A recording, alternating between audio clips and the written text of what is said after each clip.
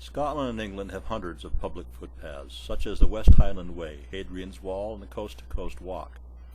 This movie is not about walking a public footpath, it's about walking and backpacking a set of ancient footpaths used hundreds of years ago and for the most part forgotten throughout history. After leaving the hostel at Fort William, our route was supposed to take us first across a ferry and then up to where we were going to be starting, about a 9-mile road walk.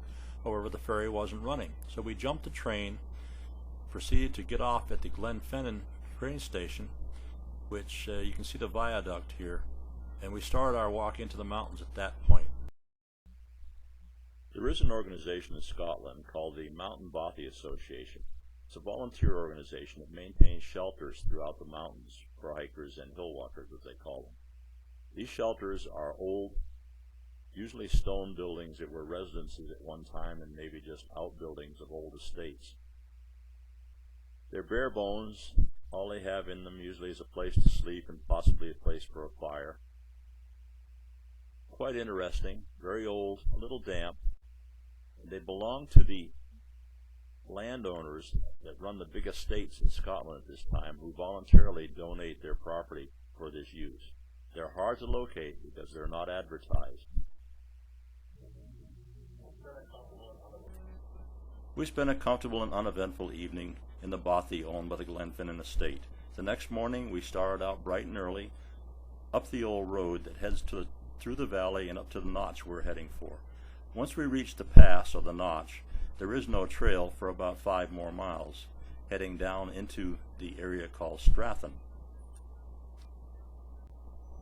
Once we reached the top of the pass, we could see into the valley below us. There were no trees. The valley was wide open, leading several miles down into the flat area called Strathen that used to be an old village and was also the site of a army barracks in the 1700s that the British used to try to control the Scots in those days. There were several buildings obvious to us. Hopefully one of them was going to be the bothy we intended to spend the night at. As it turned out, we never did find the bothy, but Strathen looks like a village, but it actually is just a huge estate with not a soul around. The weather turned really bad. We couldn't find the bothy, so we started searching for a place to take shelter for the night. We found an old woodshed, which we occupied, spent a very, very miserable night. The next morning we woke up to 38 degrees, hail, snow on the mountaintops, a deflated air mattress, and we decided that we thought we ought to probably head back for Fort William and restart this whole thing. It seemed our only option was to hike back to the train station, back over the pass, because there was no one around, even at the big estate building. None of the buildings had anyone. It was 18 miles by dirt, single-track road back to the highway. So we decided we'd turn around and hike back up over the pass, the 15 miles or so back to the train station, take the train back to Fort William, take a couple of days off, or at least one day off, and wait out the weather and start again. We hiked back out, took the train back to Fort William, replaced a dead air mattress, stayed one night at the hostel, and started out again. This time we started at Shield Bridge, heading for the Falls of Glomac, the most remote waterfalls and one of the highest waterfalls in the British Isles.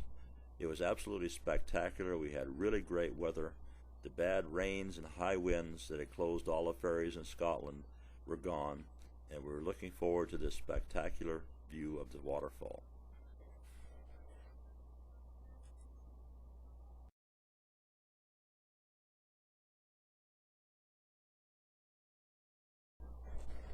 The Falls of Glomac are about 600 feet high. You can't see the whole fall because it's blocked by the terrain. The drop from the trail down into the ravine of Glomac is said to be 300 meters. It's a 900-foot fall in case you slip off that 1-foot wide trail.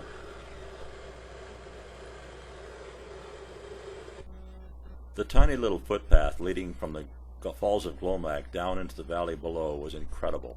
It was about a foot wide, hung right along the side of that cliff you're looking at, and made its way 900 feet down into the valley floor with one crossing that may have been a ford. From there, the trail got better, eventually joined a dirt road, and went out to the village of Killillan. where we camped for the night. Our campsite was in a little wooded area. It rained on us a bit that night, but other than that it was pretty comfortable. Some of the trees in Scotland were amazingly big. Alongside the trail grew all kinds of rhododendron and the yellow flower which is called gorse. Very spiny, and you don't want to walk through it. Although the lands we walked through looked deserted and uninhabited, this wasn't always the case. Back as early as the mid-1600s, the people were forcibly removed from the land in favor of sheep. The major landowners saw more profit in raising sheep than having tenant farmers. Many of the people who were forcibly evacuated from the land, called it clearances, ended up in Nova Scotia, New England, the Appalachians, Canada, and America. One of the reasons that Scottish and Irish music is so sad is because of what happened to the people in those years between approximately 1610 and the early 1800s. This feeling of sadness still persists in the glens in places. The glen is grey now, grey for want of men, to make bright fields of women in doorways, and children crowding from school. The roofs are fallen, and the thin wood scours bare hearthstones. There is no harvest now, no long learned understanding of the ways of herded beasts. There are none to share this bane, that blessing. No one stands in the pass, eyes narrowed to look for another coming. Yet there are echoes of anger in the stag's roar, in the stare and soul of eagles, flings adair. Fish leap the torrent, wild swans ride the long grey waters of the loch, and the hare has his unhindered kingdom on the hill. Only a man's sadness rising sharp in word or song is stilled now. Grief is buried deep.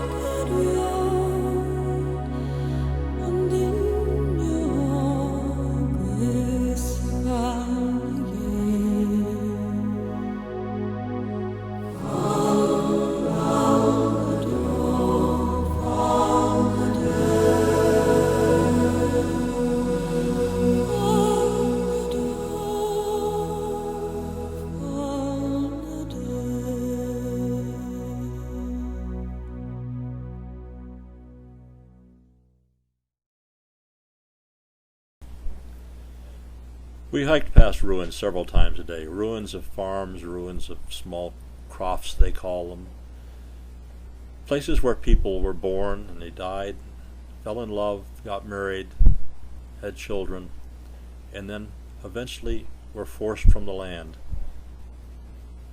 Feeling of sadness really permeates this area. You can't help but feel that as you walk through there and wonder about them.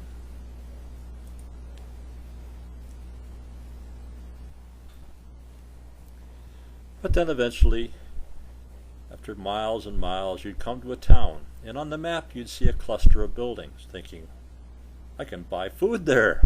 Well, these clusters of buildings, many of which are abandoned, others are homes, some are summer homes, but there are no food stores. The food stores are located in larger cities miles away, and the cities really actually mean small towns also. That was Corey Holly that we just looked at, and the area around Corey Holly was beautiful. But there was no food. There were no stores there. To get in the store, you'd have to hop a car and take a 10, 15, 20-mile drive, which for the residents wasn't a problem. For us it was. Resupply was a little bit difficult. At one point we carried 6 days, and one of the guidebooks recommended that at one point we have to carry 11 days. We thought, well, we need to be able to figure out a way not to have to do that, which we did. One thing nice about the hotels in Scotland is they almost all have hikers bars, and they'll serve bar meals. So some days we actually walked from bar to bar having a brew and something to eat in each one. We stopped in our major town of Ullapool. Was the only large town that we passed through, which you're looking at now. After Ullapool, we had a very long and wet walk into a bothy. Thank goodness we found the bothy after walking all day in driving rain, and you can see Will, and part of the bothy is fairly fancy. It even had beds upstairs. This bothy is called the Knockdamph bothy. We're really glad to see it at the end of the day.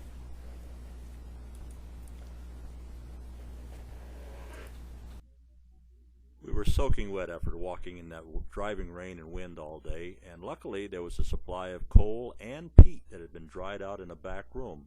So we built a fire, dried off our things as best we could, and had a fairly pleasant night there. The next morning dawned to a really pretty blue sky with great walking weather, and we were so glad. The ruin you're looking at is on the Oikel River, which is a huge salmon fishing river. There's a hotel, the Oikel Bridge Hotel, that caters to nothing but salmon fishermen.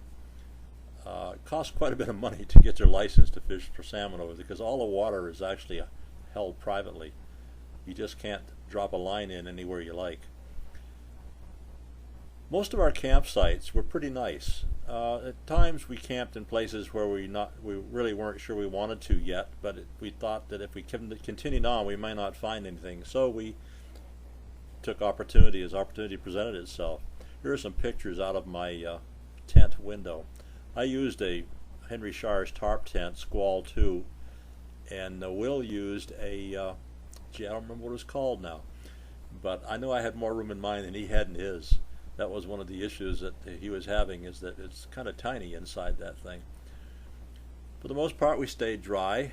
Finding a place to camp is difficult in as much as the ground is wet wherever you are in Scotland. Really, really is soggy. Even though it looks like the American West with dry ground, you can see that there's water everywhere. Scotland, as disparagingly as I said, it gets flushed quite frequently.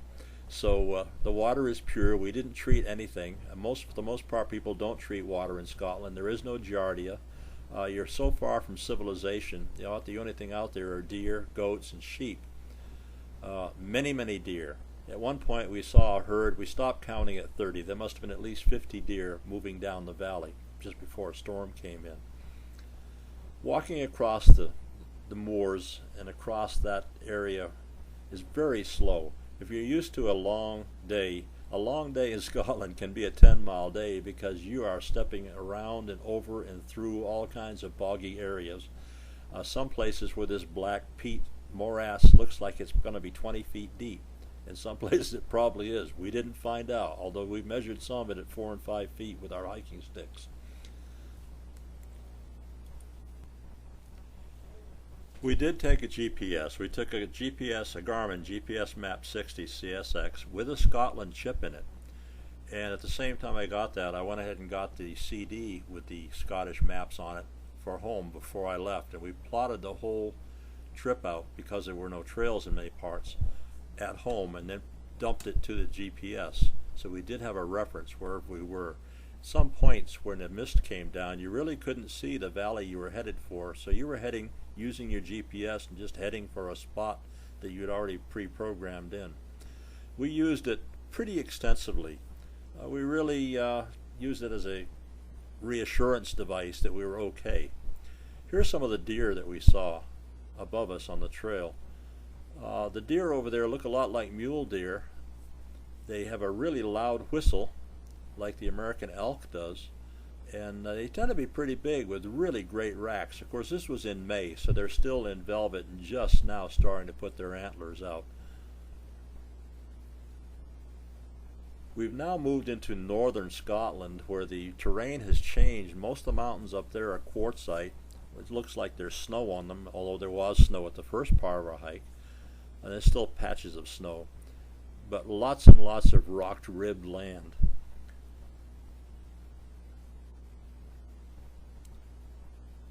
Again, very beautiful, very picturesque, and very lonely. We met a total of 6 people, I may have said this before, doing this hike while we were out there in the 215 miles that we were working on. This little place you just looked at was for rent for about $1,500 US a month. Here we stopped and had our bar meal, our cup of tea, and we camped underneath the bridge. We asked the people at the hotel, where can we pitch? And they said, oh, just under the bridge. Actually, it's under the bridge. And we had a fine time there, although we did get rain that night. The next day it turned out to be somewhat mixed weather, but it got better and better as we moved north. This is in a place called Kylesku.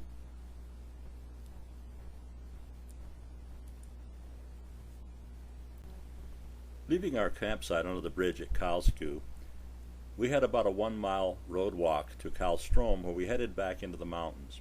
These were to be the last mountains of any sort or any size that we were going to walk past in Scotland.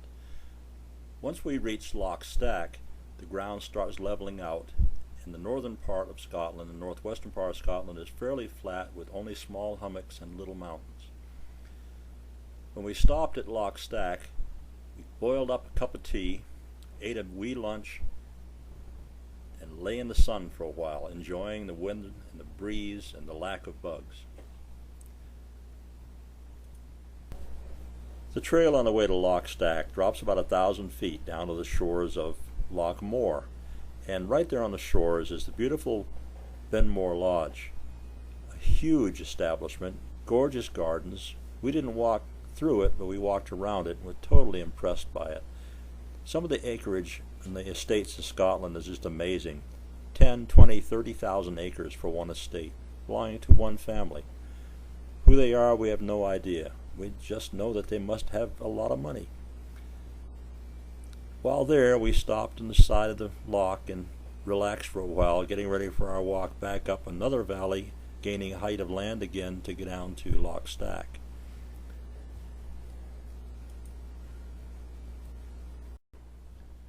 We left Loch Moor around noon, road walking through the little village of Achferry. As it turns out, this was going to be our next to last day with mountains surrounding us. From that point on, we'll be walking near the coast. We have about 34 miles left in our journey. We're looking forward to walking through these highlands as long as possible, since the days are gorgeous, the scenery is beautiful, and for the most part, we seem to be walking on a lot of old cart paths and footpaths, a lot less boggy than it has been, so we're walking delightedly with dry feet for the most part. We followed an old cart path down out of the mountains. Beautiful walking, a lot of downhill, however. Really sore knees after about an hour of that. We finally made our way down to beautiful Loch Stack. Loch Stack has a large hotel next to it that we weren't staying at. However, I think we did camp out at one of the buildings that belonged to the Loch Stack Lodge. And in a second you'll see our campsite. Campsite was fairly close to the road, but perfectly legal.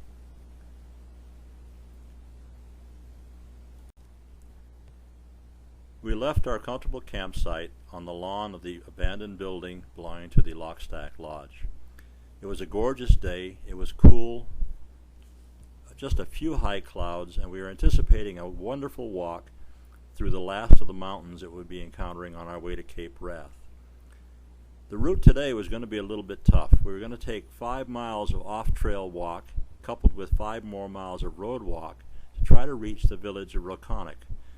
We understood that the Roconic Hotel had some of the best food in the area. As it turned out, it absolutely did. It was the best fish and chips I've ever eaten. They opened the bar for us since we were a little early for lunch, and we sat there admiring the landscape, drinking cold lager, and eating some great food. After lunch, we headed up on the road to do a 5-mile road walk to the little village of Kinlochbervie. Kinlochbervie is fairly large in as much as it has a store. It has probably 25 houses and a large processing plant for seafood. We spent the night there in a B&B, one of the nicest ones we stayed at. The next day we walked up and headed for Sandwood. Sandwood is something that I had dreamt about for years. I'd seen on the maps, seen a few pictures, but had no idea really what the impact of it was going to be once I actually saw it. Sandwood is a corruption of the Viking word meaning turning point. This is where the ships would turn around the point and head down through Scotland on their raids. It's a gorgeous place, huge beaches. It's a day walk for most people. They'll hike in and out on the same day. But for us, we were camping there, and our campsite there was wonderful. We wandered around the beach for the rest of the day, spending hours and hours. We counted a total of 5 people camped there besides us, and that was it. At one point, near the campsite, we found what looks like part of an old tiller from a sailing ship, the part that held the rudder. The beach was wonderful, not quite desolate, not quite abandoned, not quite deserted, but very close to it. You can look out and see the Bukile, the Watcher, a rock stack that's sitting out separated from the coastline. There's a freshwater lock near Sandwood, which we obtained our water from. We spent hours just wandering around that afternoon at Sandwood. What a glorious and great place that was. The water was fairly warm. Because of the Gulf Stream, you can wade. I waded up to my knees in warmer water than I think I've ever encountered on the coast of Maine. Didn't swim. Currents and waves looked a little fierce, and besides that, there was no place to shower off from the salt. There are many, many pictures here of Sandwood because I think that was one of the places that I consider the most special on our whole walk.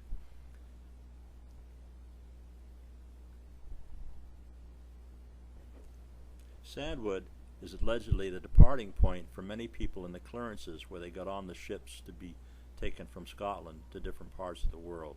I don't know whether this is true, why they would come way up here to do that, but it certainly is a poignant place to be leaving your home country forever.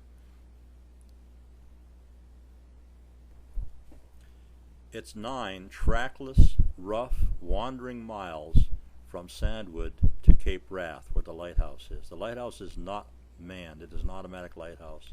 No one lives up there. There is a firing range. Most of Cape Wrath is a bombing and artillery range for planes and ships. It closed the day after we got to Sandwood. It closed at 10 o'clock. We were there the next morning. They still hadn't taken down the warning flags or the signs. We entered anyway. The cliffs surrounding that area, bordering the sea, are up to 900 feet high. It's not a straightforward walk because you've got large gullies and ravines that you don't see until you come across them, and then you have to turn around and head to the right back inland to avoid them. Eventually you can get to the places where you can walk the coastline. The 9 miles took us all morning. It was quite a rough walk. Not a lot of hills, but some. And places you could see where people had come through because the grass would be worn in a few spots, mostly at bottlenecks and squeeze points in the terrain. Other than that, it was just squishy bog again. The sea looked very, very calm and beautiful. It was a gorgeous day again. We were so lucky with the weather on this part of the trip. Eventually, after walking for hours it seemed, we looked up and there was the lighthouse poking its head above the hill. We thought, we're almost there. As it turned out, we were still almost an hour away because you couldn't walk straight. You had to walk around and through and above and below all of the bogs that were there. But we reached there. And when we got there, there was not another soul. Whoops, excuse me. There was a man and his dog who we had seen on the trail just above us. He'd spent the night at Sandwood also. During tourist season, when the range is not open, they run a small tourist van from the town of Durness to Cape Wrath to the lighthouse so people can see the northernmost tip of Scotland. We had made prior arrangements to be picked up by the bus when the bus arrived at 1 o'clock in the afternoon. The bus arrived, we got on, took us to a place where the ferry takes the bus, or takes you by boat actually. The bus stays there, by boat across to the area of Durness, where after having a nice cup of tea with the guys that we met on the trail, we headed back to Fort William on the bus. While sitting at our picnic table, a bus came by. We flagged it down and caught a ride all the way to Inverness and then on to Fort William, where we went back to the hostel. Will the next day climbed Ben Nevis. I got ready to walk the West Highland Way, the additional 100 miles down to Glasgow. Will went home the next morning and I started my hike south. That'll be the end of this particular story of hiking in Scotland.